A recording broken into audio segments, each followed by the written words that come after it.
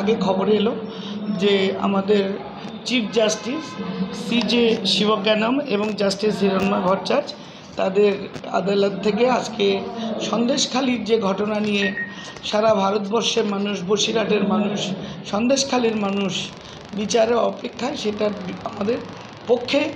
রায় হয়েছে। সন্দেশখালি নির্যাতিতা মায়েরা তারা তাদের যে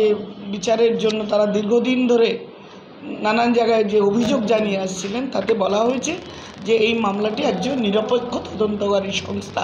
তাদের হাতে দেওয়া উচিত এবং সেই হিসেবে CBI এর সিট গঠন করে এই বিচার এটার এনকোয়ারি করানো হবে এবং এই এনকোয়ারি হাইকোর্টের প্রধান বিচারপতির নির্দেশে করা হবে। রিপোর্ট 15 তারিখ অর্থাৎ কিনা 2 মের মধ্যে জমা দিতে হবে এবং এই যে বিচারটা তাদের তদন্ত চলবে, নির্যাতিতাদের ওপরে যাতে কোনো রকম আক্রমণ অত্যাচার না হয় তার জন্য CCTV, তার জন্য LED এবং তার জন্য তাদের নিরাপত্তার ব্যবস্থা করার কথা হাইকোর্ট পরিষ্কার বলে দিয়েছে। হাইকোর্ট ডিস্ট্রিক্ট ম্যাজিস্ট্রেট, SP এবং এই লেভেলের প্রশাসনের প্রত্যেককে বলেছে তারা যেন স্থানীয় ভাষায়, যে ভাষায় সন্দেশখালির মায়েরা বোনেরা কথা বলে, সেই ভাষায় খবরের কাগজে বিজ্ঞাপন দিয়ে এবং নতুন একটা ইমেইল ID ক্রিয়েট করে, যেই ইমেইল IDর মাধ্যমে তারা সরাসরি CBIকে অভিযোগ জানাবেন যে আমার উপরে এই নির্যাতন এত তারিখে হয়েছে, বা আমার জমি কেড়ে নেওয়া হয়েছে, বা আমার বাস্তু জমি সেখানে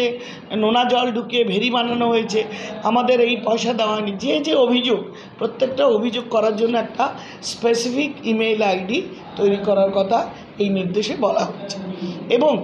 এইগুলো যাতে মানুষ বুঝতে পারে সেই জন্য প্রশাসনকে, পুলিশকে বলা হয়েছে তারা যেন অ্যাক্টিভলি স্থানীয় মানুষকে সাহায্য করে।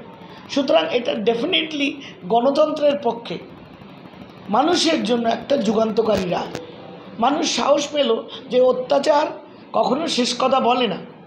যে রাজ্যে গণতান্ত্রিক পদ্ধতিতে আমরা যে সরকারকে ভোট দিয়ে এনেছি, সেই সরকারের যারা নেতা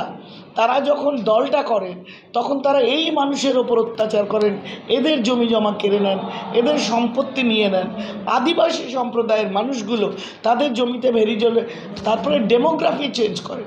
জঙ্গল ছিল সুন্দরবনে, সেটা কেটে হলো বাস্তু জমি, চাষের জমি, সেটা কেটে হয়ে গেল ভেরি।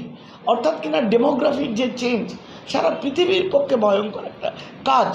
এত বছর ধরে শাসক দলের গুন্ডারা শেখ শাহজাহানের নেতৃত্বে তারা করে এসছে।